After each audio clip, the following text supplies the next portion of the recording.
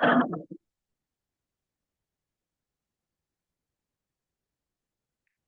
we are working in lesson 8.4, interpret and evaluate algebraic expressions.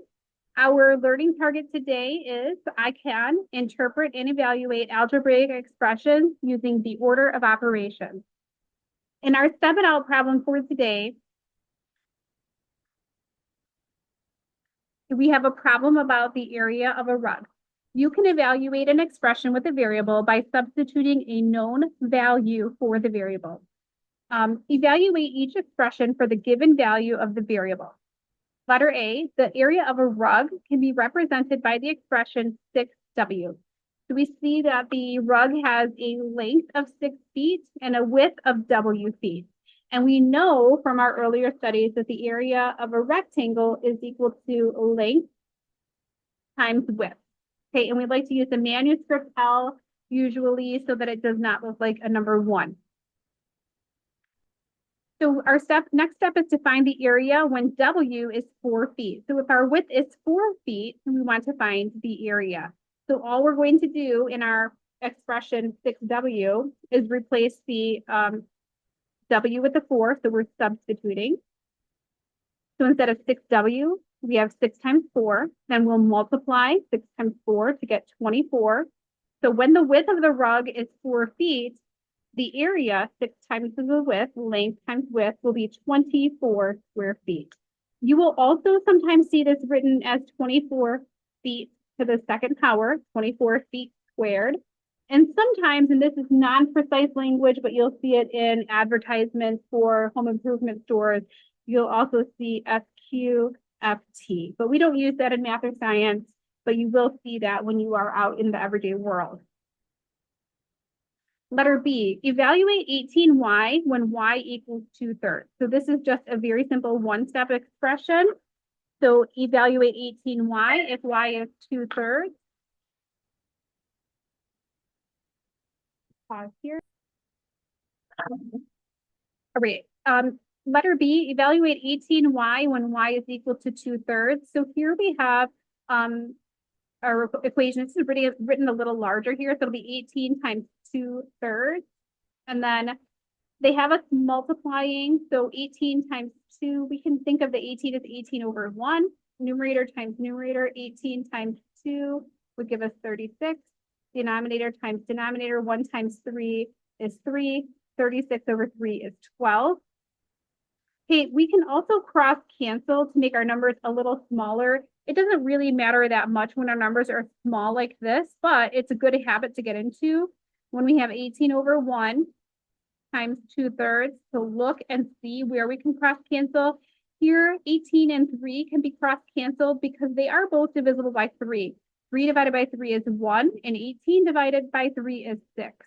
And then we would have numerator times numerator, 6 times 2 is 12, and denominator times denominator, 1 times 1 is 1.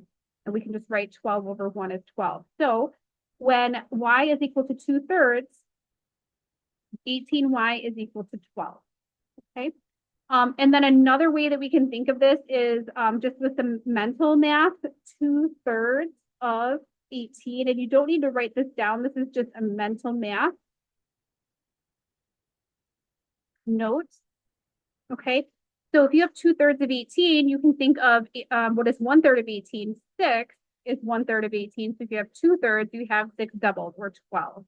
You can also do that problem with just mental math if you don't need to work out those steps and you don't need to see it in writing.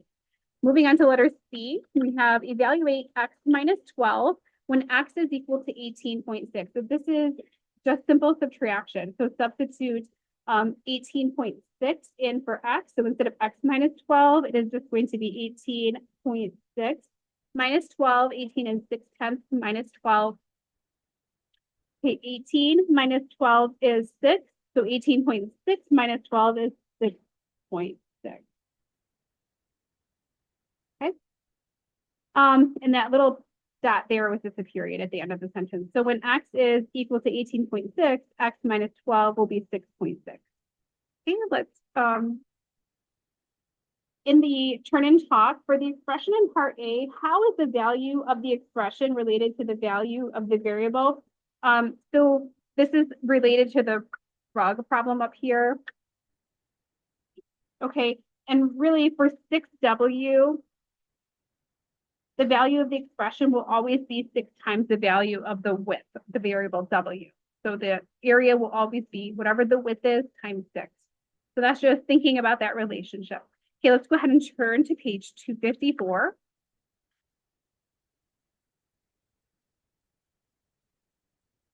Sometimes expressions have more than one variable. So in this problem, and we'll pause right here for a question.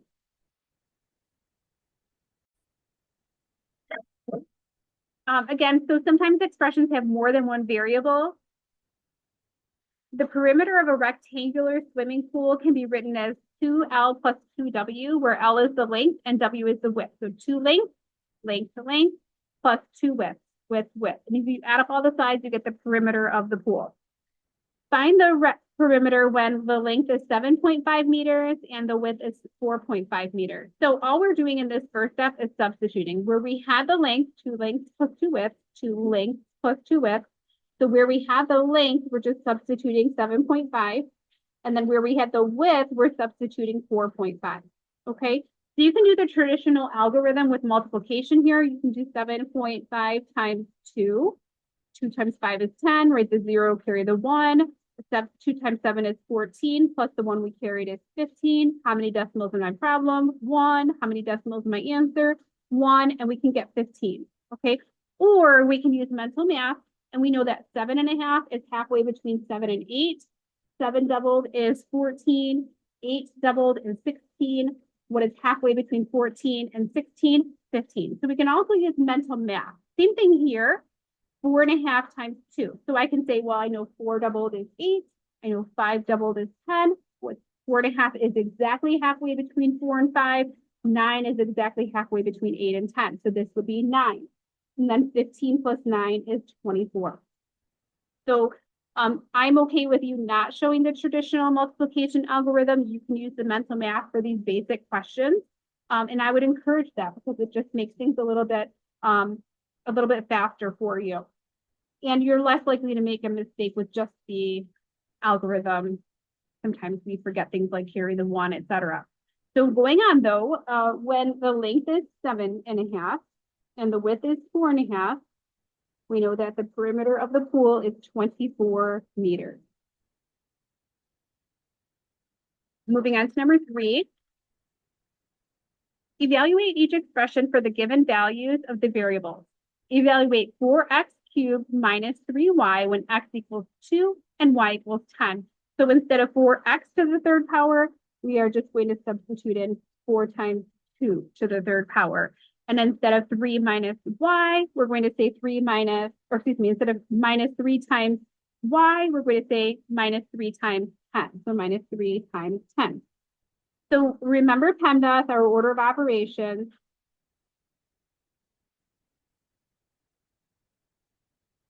And please also remember that the P for parentheses doesn't mean this type of parentheses.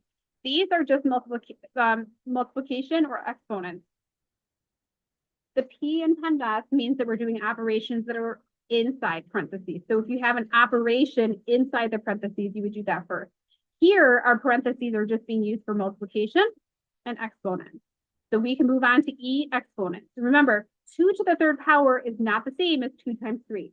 2 to the third power means 2 times 2 times 2. So it's 3 factors of 2. So this is 8. Okay, so we didn't have anything inside parentheses. And we just did the exponent, so bring down our 10. Our next step is multiplication and division as it occurs from left to right. This does not mean first do all the multiplying and then do all the dividing. No, it means do multiplication and division together as one step from left to right. So we only have multiplication, so we'll do it from left to right. 4 times 8 is 32. 3 times 10 is 30. 32, and then our last step is addition and subtraction, left to right. We only have subtraction. So 32 minus 30 is 2. So in our problem, when x is 2 and y is 10, when x is 2 and y is 10, 4x cubed minus 3y is equal to 2.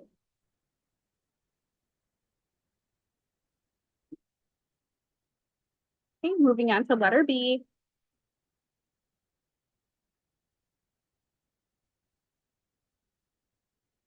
Evaluate 6s plus b over 2 when s equals 512 and b equals 15. So our first step is to substitute 512 for s and 15 for b. So where we had 6 times s, we're going to substitute 512 for s. And then where we had b divided by 2, we're going to substitute that with 15 divided by 2. Okay, so now we want to multiply. Because I want to do cross cancellation, I'm just going to rewrite this over here, okay? So the 6, I'm going to write it as 6 over 1 times, I'm just using the multiplication dot instead of the parentheses, 512. So this makes it a little bit cleaner when we're doing our cross cancellation. I noticed that 6 and 12 both have a GCF of 6. They're both divisible by 6. So 6 divided by 6 is 1, and 12 divided by 6 is 2. Okay, then we have numerator times numerator. 1 times 5 is 5. Denominator times denominator. 1 times 2 is 2. So we have 5 halves. So 6 times 5, 12 is 5 halves. Okay, then we bring down the 15 halves. And then we add. 5 halves plus 15 halves is 20 halves. And 20 divided by 2, because it's a division problem, 20 divided by 2 is 10. So when s is equal to 512 and b is equal to 15, then 6s plus b over 2 is equal to 10.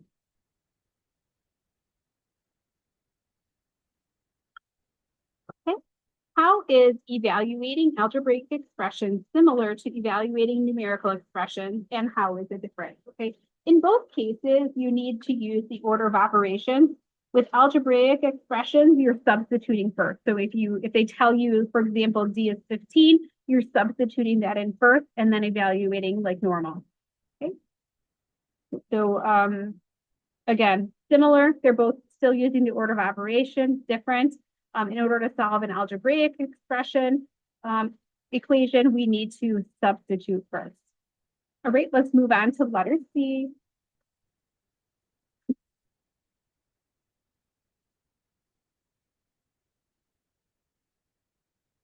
Evaluate 4x squared y when x equals 3 and y equals 1/2. So our first step is to substitute. So instead of 4x squared, we're going to say 4 times 3 squared. And instead of times y, we're going to say times half, 0.5. Okay, so remember our order of operations.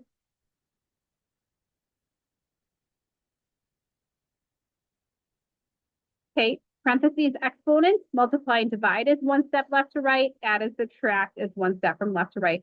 We don't have any operations to do inside parentheses, okay? We do have an exponent. 3 squared means 3 times itself, so that is going to give us 9. And then we have times half. Okay, now we do our multiplication and division from left to right. But remember also, we have learned about the commutative property of multiplication. So if I can do 4 times 9 is 36, then I have to do 36 times 0.5 to get 18. That might be a little cumbersome if you are not really fluent with multiplying by the decimal half. So remember, we can do multiplication in different orders, right? Like if I said 2 times 3 times 4, that is the same thing as 2 times 4 times 3. I can change the order around without changing the answer. Okay, so I might find it easier to do 4 times half. Remember, of means multiply. So it's half of 4 is 2, and then 2 times 9 is 18. So remember, with multiplication, all multiplication, we have no other operation.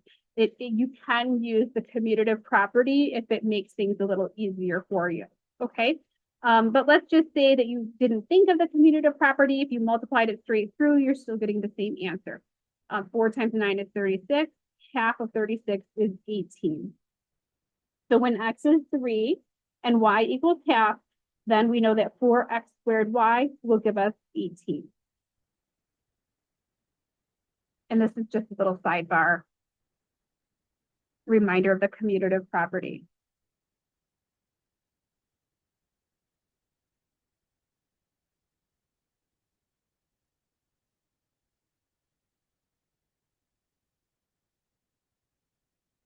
Moving on to number 4. The expression 1.8C plus 32 gives the temperature in degrees Fahrenheit for a given temperature C in degrees Celsius. Find the temperature in degrees Fahrenheit that is equivalent to 30 degrees Celsius. So this is a really helpful expression. It's part of a formula. We'll learn just to add the S equals when we get the full formula. Okay, pausing for a question.